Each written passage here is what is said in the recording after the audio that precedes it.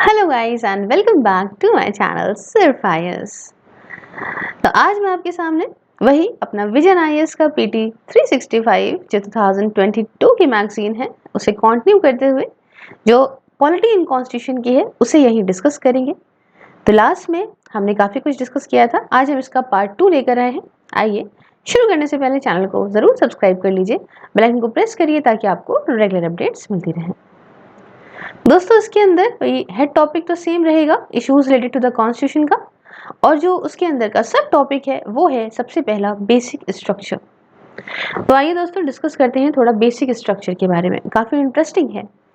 News में फिलहाल क्यों रहा है पहले ये बात जानते हैं। देखिए रिसेंटली क्या हुआ कि केशव नंदा भारती जो एक लैंडमार्क केशव नंदा भारती, श्रीपद गलवरू और अदर्स का केस हुआ था वर्सेस स्टेट ऑफ केरला का। ये इसमें से जो मेन थे केशव नंदा भारती जी, जिसका केस आप अगर इंडियन पॉलिटी पढ़ चुके हैं, लक्ष्मीकांत पढ़ी है आपने, तो आप बहुत अच्छी तरह से जानते होंगे, हर जगह पे जिक्र हुआ है, हर जगह पे मेंशन हुआ है। तो इनमें जो ये केशव नंदा भारती जी हैं, ये जो है पास अवे मतलब इनकी डेथ हो गई थी। तो इसलिए रिसेंटली ये बेसिक स्ट्रक्चर का बारे में भी आया, क्योंकि होता क्या है ना, जो भी इतना महान कोई भी चीज़ हो, किसी भी चीज़ से रिलेटेड है अगर, और व्यक्ति हो, भले चीज़ हो या कुछ भी चीज़ हो, तो अगर उसके साथ कुछ भी होता है तो उससे अगर कोई रिलेटेड हिस्टोरिक जजमेंट या हिस्टोरिक चीज़ें होती हैं तो उनको फिर से दोबारा दोहराया जाता है। तो इसलिए ये बेसिक स्ट्रक्चर फिर से यहाँ पे उभर के आया। तो थोड़ा सा आपका भी मन होगा कि मैम आपको केशव नंदा भारती केस के बारे में बता दें, तो मैम बिल्कुल बता देंगी। देखिए केशव नंदा भारती जजमेंट में क्या हुआ था कि सुप्रीम कोर्ट की अगर हम बात करें तो उन्होंने आउटलाइन किया था बेसिक स्ट्रक्चर को कॉन्स्टिट्यूशन के। सबसे पहले आप इस चार्ट को मत देखें, आप सिर्फ मेरी बात सुने, बहुत आराम से रिलैक्स होकर सुने। मैं पीडीएफ इसलिए अपलोड नहीं करती हूँ कि उसमें सामने तो होता है बट बाद में इश्यूज आने के चांसेस होते हैं, तो उसका कोई मतलब नहीं है। एक एक्सप्लेन करने वाला अच्छा हो, आराम से लर्नर्स को समझ में आ जाएगा। तो यहाँ पे देखिए क्या कहा गया था, यहाँ पे सुप्रीम कोर्ट ने आउटलाइन किया था बेसिक स्ट्रक्चर को संविधान के अंदर, कॉन्स्टिट्यूशन के अंदर। तो जो केस था ना केशव नंदा भारती केस, ये क्या था, ये डील करता था एक पिटीशन के साथ में अगेंस्ट द, किसके अगेंस्ट वो पिटीशन थी, against the Kerala government, Kerala की सरकार के अगेंस्ट थी। और ये चैलेंज कर रही थी पिटीशन कंपल्सरी एक्विजिशन को of his land by the government under the Kerala land reforms act 1963। तो हुआ क्या कि केशव नंदा जी ने क्या करवाया, ये जो एक पिटीशन जो है कोर्ट में डाली, और ये जो केरला लैंड रिफॉर्म्स एक्ट था ना 1963 का, उसके तहत केरला की सरकार जो है उनकी जमीन को एक्वायर कर रही थी, उस चीज को चैलेंज करने के अगेंस्ट यहाँ पे कोर्ट के अंदर पिटीशन डाली गई। और इसमें इन्होंने कहा कि ये एक वायलेशन है फंडामेंटल राइट्स का, जो कि आर्टिकल नंबर 25, आर्टिकल नंबर 26 और आर्टिकल नंबर 31 संविधान के अंदर जो आर्टिकल्स हैं लिखे हैं, तो उनका एज एन फंडामेंटल राइट का वायलेशन है, और जो है ये नहीं होना चाहिए। अब क्या हुआ, कहानी आगे बढ़ी। कहानी ये आगे बढ़ी कि केस को सुना गया एक बेंच के द्वारा, जिसमें कुछ 13 जजेस थे, 13 जजेस थे, और ये लार्जेस्ट फॉर्म हुई थी सुप्रीम कोर्ट के अंदर। बहुत अच्छी बात है। अब क्या हुआ कि जैसे जैसे सुनवाई आगे बढ़ी, इंग्लिश वालों को बता दूं तो जैसे जैसे हेयरिंग आगे बढ़ी, स्कोप भी केस का और बढ़ने लगा कुछ चीजों को और एड्रेस करने के लिए। अब आप कहेंगे अरे एक सिंपल सी तो उन्होंने बात कही थी, तो और क्या चीजें एड्रेस करने के लिए केस आगे बढ़ा, बताती हूँ। पहली बात इंटरप्रिटेशन ऑफ गोलकनाथ केस, दूसरी बात अभी बताऊंगी सब कैसे, दूसरी बात interpretation of article number 368। Article number 368 क्या है, पावर है पार्लियामेंट की कॉन्स्टिट्यूशन को अमेंड करने को लेकर। तो वैलिडिटी जो 24th कॉन्स्टिट्यूशन अमेंडमेंट एक्ट की सेक्शन 2 की और 3 की, जो आपके 25th कॉन्स्टिट्यूशन अमेंडमेंट एक्ट के हैं और 29th कॉन्स्टिट्यूशन अमेंडमेंट एक्ट के हैं, तो इन सब को लेके भी यहाँ पे एड्रेस करने के लिए इन सारी चीज़ों को भी बात आगे बढ़ने लगी कि अरे ये चीज़ें भी यहाँ पे देखनी पड़ेंगी फिर तो। तो अब यहाँ पे देखिए कि एवोल्यूशन क्या है डॉक्ट्रिन का बेसिक स्ट्रक्चर का।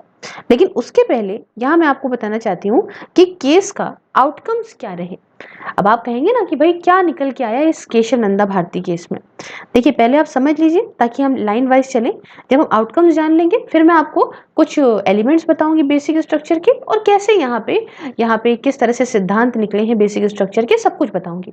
पहले समझिए क्या आउटकम निकला केशव नंदा भारती केस का। तो यहाँ इसमें पहली चीज तो ये हुई कि अपहेल्ड किया इसने वैलिडिटी 24th अमेंडमेंट की। मतलब सुप्रीम कोर्ट ने कहा कि पार्लियामेंट के पास देखिए पावर होती है कि वो किसी भी या सारी ही प्रोविजन को संविधान की, चाहे वो फंडामेंटल राइट्स ही क्यों ना हो, इन सब को यहाँ पे अमेंड कर सकता है पार्लियामेंट। लेकिन कंडीशन ये होती है कि जो अमेंडमेंट है ना, ये ऑल्टर ना करे, डैमेज ना करे, डिस्ट्रॉय ना करे, मतलब बदलाव ना लाए, कुछ डैमेज, कोई नुकसान ना पहुंचाए, खत्म ना करें, डिस्ट्रॉय ना करें। किन चीजों को? एसेंशियल फीचर्स को फंडामेंटल प्रिंसिपल के, कॉन्स्टिट्यूशन के, कि जो संविधान है उसके कुछ जरूरी महत्वपूर्ण फीचर्स हैं, उनको कुछ नहीं होना चाहिए। उनको ध्यान में रखते हुए, उसके ध्यान में रखते हुए अगर पार्लियामेंट कुछ चेंजेस लाना भी चाहता है, अमेंड करना चाहता है किसी भी प्रोविजन को या हर एक प्रोविजन को, तो वो कर सकता है। तो इन्हीं चीजों को दोस्तों, इन्हीं चीजों को जिनको इतना प्रोटेक्शन दिया गया है ना कि ऑल्टर ना करे, डैमेज ना करे, डिस्ट्रॉय ना करे, असेंशियल फीचर्स को फंडामेंटल प्रिंसिपल के, कॉन्स्टिट्यूशन के, इन्हीं बातों को कहा गया बेसिक स्ट्रक्चर डॉक्ट्रिन।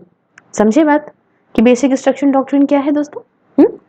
तो पहली चीज तो ये वाली बात आउटकम निकल के आया, और अभी मैं समझाऊंगी बेसिक स्ट्रक्चर डॉक्ट्रिन्स के बारे में और चीजें। फिलहाल दूसरा आउटकम ये निकला कि जो गोलकनाथ केस था उसकी जजमेंट, अब ये पहले हुआ था, तो गोलकनाथ केस के जजमेंट को भी यहाँ पे करेक्ट किया गया। क्या कहा कि सुप्रीम कोर्ट ने कहा कि आर्टिकल नंबर 368 के अंदर पावर है, दोनों ही पावर है और प्रोसीजर लिखे हैं संविधान को, कॉन्स्टिट्यूशन को अमेंड करने को लिखे। और जो अमेंडिंग पावर है, मतलब अमेंड करने की, बदलाव लाने की जो पावर है, संशोधन करने की जो पावर है, और जो लेजिस्लेटिव पावर है पार्लियामेंट की, वो अलग अलग है। एक लॉ बनाने की पावर अलग है, एक अमेंड करने की, संशोधन करने की, चेंज करने की पावर अलग है। तो ये बात यहाँ पे इन्होंने कही। इसके अंदर कोई दूसरे जजमेंट भी बोले, जैसे कि सुप्रीम कोर्ट ने यहाँ पे 25th और 29th अमेंडमेंट्स की वैलिडिटी को अब यहाँ अपहेल्ड करा, मतलब जो ये अमेंडमेंट है इनको अपहेल्ड किया, except for the parts that curtails his it's power of judicial review. समझिए, फिर समझिए, यहाँ पे क्या रहा कि सुप्रीम कोर्ट ने अपहेल्ड करा 25th और 29th अमेंडमेंट को। एक्सेप्शन क्या है? एक्सेप्शन ये है, एक्सेप्ट फॉर द पार्ट्स, उन पार्ट्स को एक्सेप्ट करके जो यहाँ पे कर्टेल करते हैं इसकी पावर जुडिशियल रिव्यू की। साथ में and also asserted that preamble is a part of the constitution and hence amendable. ये इस बात ध्यान रखिएगा कि इन्होंने इस बात की ये कहा कि प्रियम्बल जो है वो पार्ट है, इसी के अंदर इन्होंने बोला है। हाँ, केशव के अंदर जजमेंट में निकला है कि प्रियम्बल जो है वो पार्ट है कॉन्स्टिट्यूशन का और हेंस अमेंडेबल है, मतलब इसमें भी चेंज लाया जा सकता है। ठीक, इतनी बात समझ में? अब आप कहेंगे मैम आपने बातों बातों में बेसिक स्ट्रक्चर की कुछ कही थी बात, डॉक्ट्रिन की बात कही थी, तो आप कुछ मुझे एलिमेंट्स बताइए बेसिक स्ट्रक्चर के। ऐसे मैं नहीं समझ पा रहा हूँ कि क्या एसेंशियल फीचर्स हैं, या नहीं समझ पा रही हूँ, तो आप मुझे बता देंगे तो मदद मिल जाएगी। तो बिल्कुल भाई आप ही के लिए है। कुछ प्रिंसिपल्स जो प्रेजेंटली पार्ट है बेसिक स्ट्रक्चर के, वो मैं आपको बताती हूँ कौन कौन से हैं। पहली चीज तो सोवेनिटी ऑफ इंडिया। क्या चीज? Sovereignty of India. ठीक है, ये आउटकम्स मैं बता चुकी हूँ क्या है क्या नहीं है। ओके, तो सबसे पहली चीज क्या है भाई? सोवेनिटी ऑफ इंडिया, किसी के अंडर नहीं है देश हमारा, किसी देश के अधीन नहीं है, सोवेरियन देश है। दूसरी बात, दूसरा एलिमेंट है कि असेंशियल फीचर्स इंडिविजुअल फ्रीडम के ये सिटीजन्स को दिए गए हैं, सिक्योर है उनके लिए। तीसरी बात, mandate to build a welfare state. चौथी बात कि संविधान सर्वोपरि है, सुप्रीमेसी ऑफ द कॉन्स्टिट्यूशन। पांचवी बात, Republican and democratic form of government रहेगी। छठी बात, सेकुलर और फेडरल कैरेक्टर है कॉन्स्टिट्यूशन का। हाँ, यहाँ पे किसी एक रिलीजन की नहीं चलेगी, और यहाँ पे फेडरल चीजें हैं, सेंट्रल है और स्टेट्स हैं, सब साथ हैं। उसके बाद सेपरेशन है पावर्स की between the legislature, executive and judiciary के बीच में। सातवीं बात ये कि यूनिटी और इंटीग्रिटी है नेशन की। 8वीं बात ये कि पावर जुडिशियल रिव्यू की। 9th मतलब 9वीं बात ये कि हार्मनी हो और बैलेंस हो between the fundamental rights and the directive principle of state policies वगैरह के बीच में।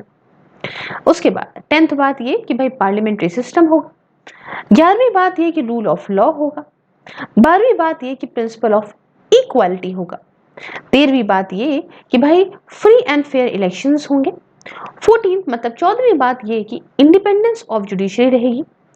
15th बात ये कि लिमिटेड पावर होगी पार्लियामेंट की कॉन्स्टिट्यूशन को अमेंड करने को लेकर। उसके बाद नेक्स्ट बात ये कि इफेक्टिव एक्सेस होगा जस्टिस का। उसके बाद प्रिंसिपल या एसेंस जो अंडरलाई करेंगे फंडामेंटल राइट्स को।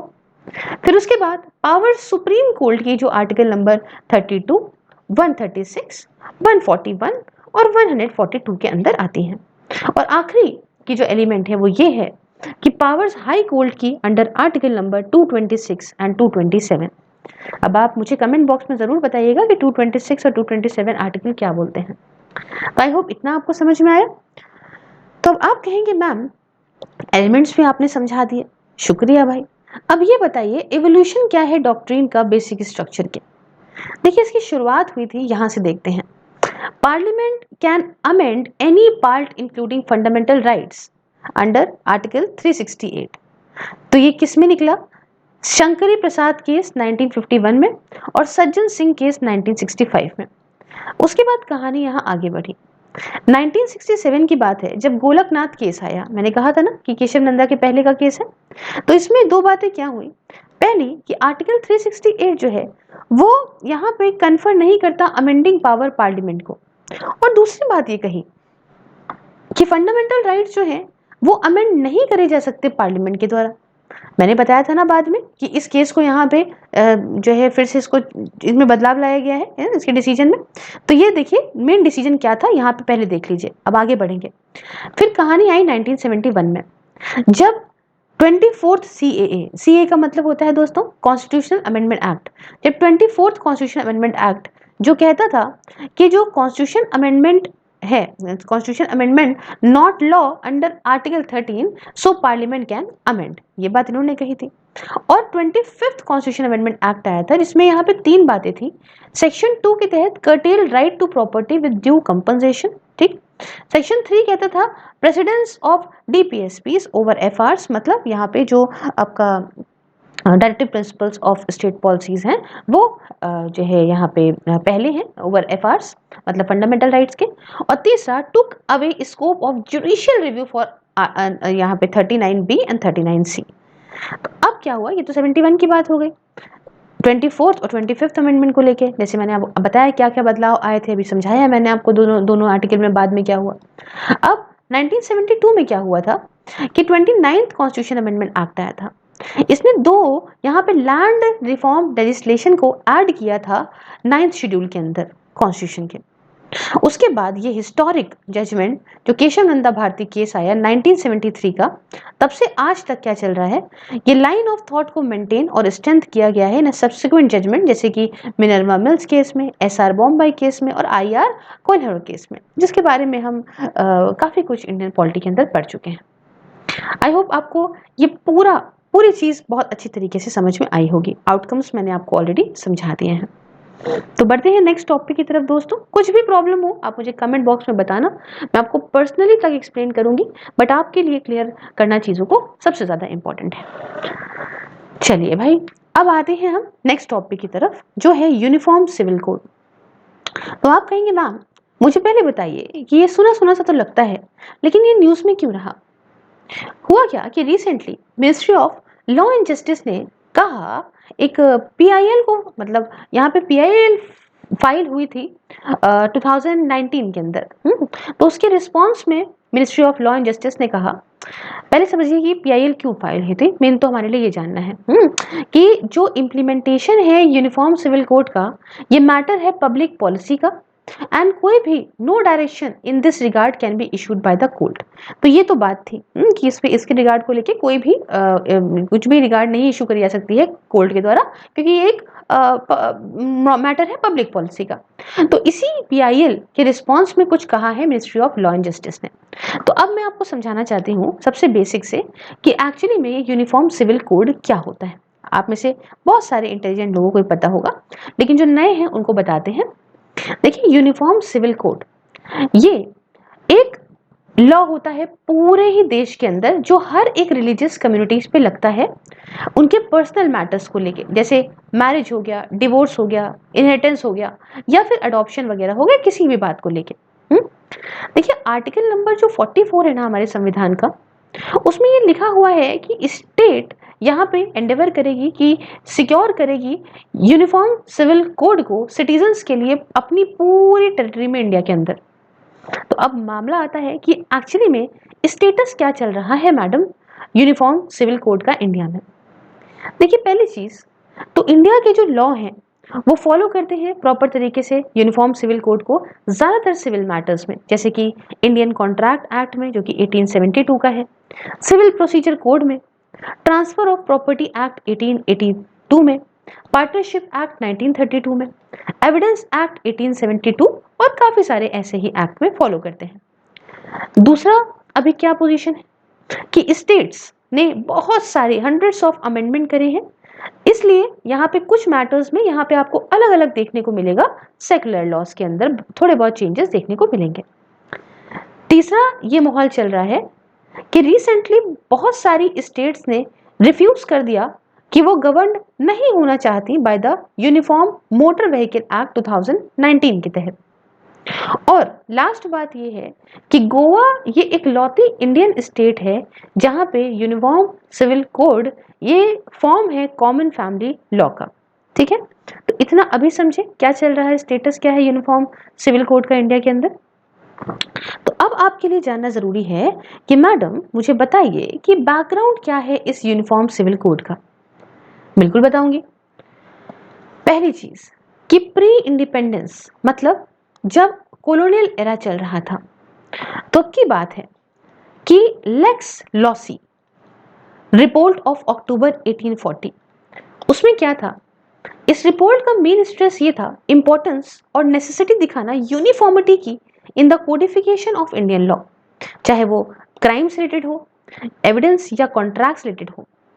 बट इसने ये भी रिकमेंड किया था इस रिपोर्ट के अंदर कि पर्सनल लॉ जो हिंदू के हैं और मुस्लिम के हैं उसे ऐसे कोडिफिकेशन से अलग रखा जाए। दूसरी बात कि क्वींस, मैं लिख दूं ताकि भाई जिनके हाथ में नोट्स हैं तो बढ़िया है, तो क्वींस 1859 प्रोक्लेमेशन, इसमें क्या था, इसमें इन्होंने प्रॉमिस किया था कि एब्सोल्यूट नॉन इंटरफेरेंस करेंगे हम रिलीजियस मैटर्स में। और तीसरी बात, BN राव कमेटी जिसको बनाया गया था कोडिफाई करने के लिए हिंदू लॉ को 1941 में। तो ये तो हो गया बैकग्राउंड जब कॉलोनियल एरा था उस टाइम का। उसके बाद इंडिपेंडेंस के बाद की बात अगर मैं आपको बताऊं, तो जो हिंदू कोड बिल है, हिंदू कोड बिल को ड्राफ्ट करा हमारे भाई डॉक्टर BR अंबेडकर जी ने, ताकि हिंदू के लॉज को रिफॉर्म कर सकें, जो लीगलाइज करते हैं डिवोर्स को, अपोज करते हैं पॉलीगैमी को, और राइट्स देते हैं, हक देते हैं इनहेरिटेंस को डॉटर्स के, कि डॉटर्स को भी तो हक मिलना चाहिए ना। अब दूसरी बात, इंडिपेंडेंस के बाद एक बात और आती है, वो आता है हिंदू सक्सेशन एक्ट 1956। ये क्या है, to amend and codify the law relating to intestate और अनविल्ड सक्सेशन अमंग हिंदूज या बुद्धिस्ट या जैन्स और आपके सिख्स। हालांकि यहाँ पे एक सेपरेट पर्सनल लॉ भी था मुस्लिम के लिए, क्रिश्चियन और पारसीस के लिए। और तीसरा, लैंडमार्क कोर्ट केसेस, तो यूनिफॉर्मिटी लाने के लिए कोर्ट्स ने कहा अपने जजमेंट में, केसेस में, जैसे कि शाहबानो केस था एक 1985 का बहुत पॉपुलर है, सरला मुदगल केस था 1995 का, डेनियल लटीफी केस रहा था।